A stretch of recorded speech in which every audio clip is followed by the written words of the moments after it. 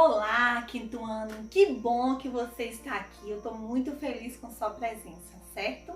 Nós vamos começar hoje uma sessão, uma playlist de aulas de ciências para você. Vou tentar estar lhe ajudando, principalmente nesse período de quarentena, que estamos passando por tantos apertos, né, na educação. Então, tomara que você goste, eu espero realmente que eu possa contribuir para a sua educação. Vamos lá? O primeiro assunto é biomas. O que é biomas? Então, quando você fala a palavra bioma, bio significa vida. Então, toda vez que você vê uma palavra e nessa palavra vier com esse prefixo bio, nós podemos compreender que é alguma palavra que tem relação com vida, com seres vivos, tá? Então vamos ler um pouquinho o conceito. O termo bioma se refere a um grupo de locais que apresentam características semelhantes, principalmente com relação à vegetação e ao clima. Então é um local onde nós vamos ter características semelhantes. Que características? O clima, a vegetação e todas essas características, né? Ou seja, essas duas características importantes, elas vão estar influenciando os seres vivos daquela região. Então, por exemplo, um ser vivo que ele se adapte bem à região seca e quente, né? Então, ele se adapta bem, ele vai viver, né, de preferência naquela região. Ele vai evitar outra região que seja mais fria. Por quê? Porque o seu corpo, o seu metabolismo, a sua estrutura, né, física é adaptada àquele tipo de meio ambiente, tá? Essas características podem influenciar as espécies de animais do local, que foi o que eu falei. Então, no próximo slide, a gente vai começar a falar sobre um bioma maravilhoso que particularmente eu amo, que é a floresta amazônica. Essa imagem lindíssima que tá aí, ó. Essa floresta lindíssima e que acaba sendo, né, muitas vezes ameaçada de extinção praticamente, de derrubadas de árvores, de destruição, de queimada. Ela sofre tanto, nos últimos tempos vem sofrendo muito com queimadas, não é isso? Mas é uma floresta linda, é uma floresta rica.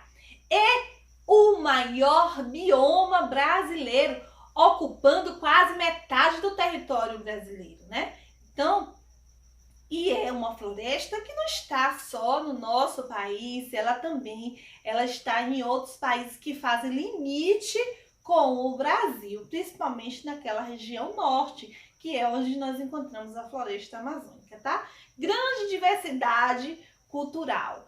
Que diversidade cultural? Sabemos que tem diversidade, o quê? De animais, de plantas, de seres vivos, mas também tem uma diversidade cultural, porque há pessoas que vivem naquela região. Que tipo de pessoas? Indígenas, ribeirinhos, né? Além de outras pessoas que comercializam, que trabalham com extrativismo vegetal, né?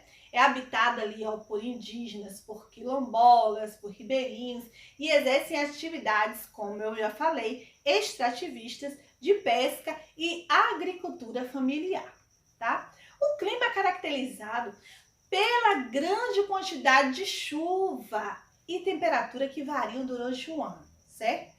Então, existe muita chuva nessa região. Não é à toa que é uma região que é enriquecida por rios, né? Tem muito rio ali naquela região. Mas existe períodos de cheia e períodos de seca desses rios, tá? Aí a fauna, né? O que é fauna? O que é fauna? Fauna é a parte ali dos animais, né? Dos animais. Qual a fauna da floresta amazônica? Bom, se eu bem me lembro, a fauna da floresta amazônica vem constantemente sofrendo aí com a ação humana, a ação antrópica, né? Então, ela tem uma diversidade enorme. Tem seres vivos, principalmente na classe dos insetos, que ainda não foram nem descobertos, né?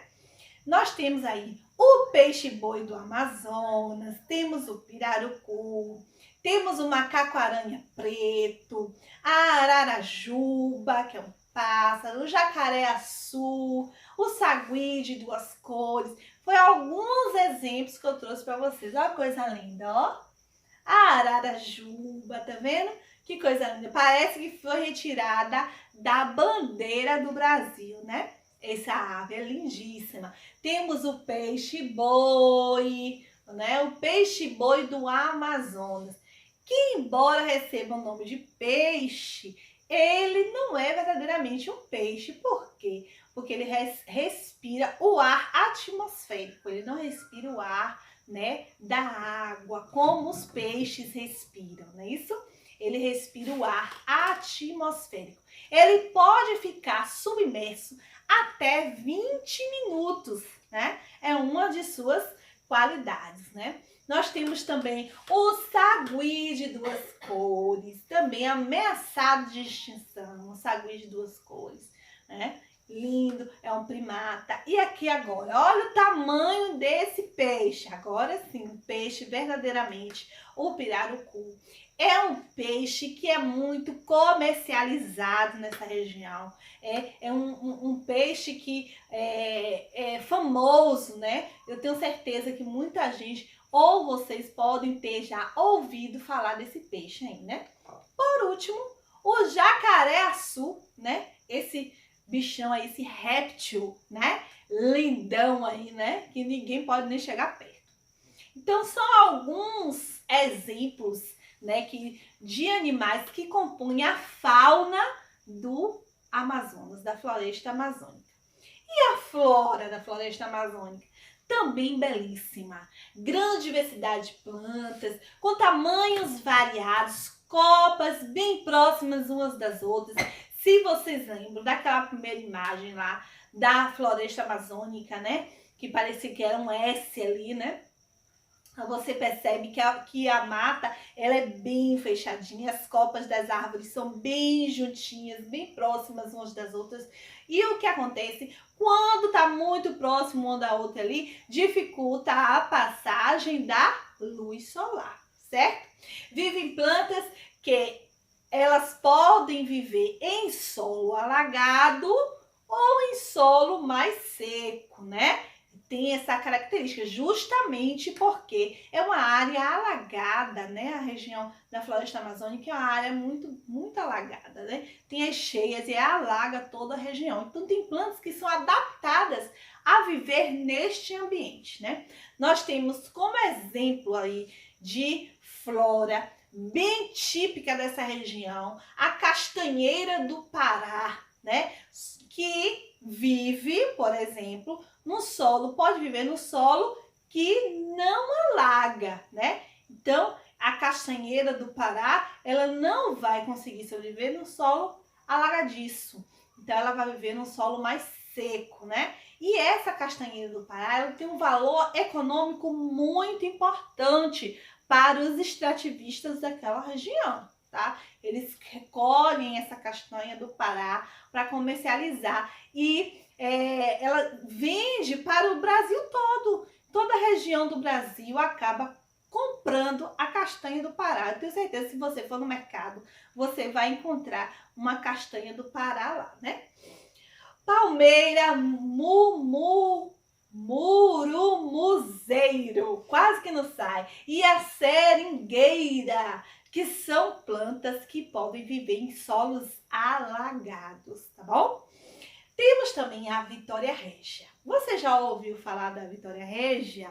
Inclusive, nós temos aí a lenda da Vitória Régia, né? Eu não vou contar aqui agora, vou deixar e vou esperar que você conte a lenda da Vitória Régia aqui nos comentários.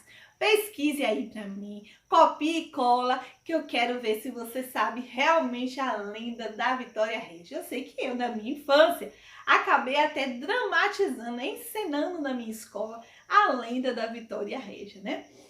Vitória Regia, é essa planta aí enorme, né? Essa que tem essa folhagem enorme. Olha a menina aí sentada em cima dela. Então ela vive justamente na superfície da água ali, né?